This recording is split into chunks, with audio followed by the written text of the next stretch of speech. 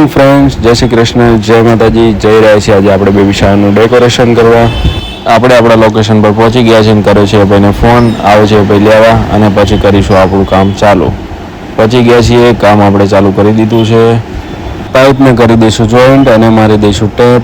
રિંગમાં લગાવી દઈશું બલૂન લગાવ્યા પછી આપણે લગાવી દઈશું કર્ટેન લગાવી દીધી છે અને હવે કરીશું થોડું ઘણું ટચઅપ. ફાઇનલી લગાવી દઈશું હવે બેબી શાવર બેનર અને ફોઇલ સ્ટાર. તો થઈ ગયો છે આપણું આ સેટઅપ રેડી. ઇવેન્ટ પતાવીને થઈ ગયા છે આપણે રિટર્ન. આવી ગયા છે આપણે દુકાને અને કરીશું હવે આપણું રૂટીન કામ.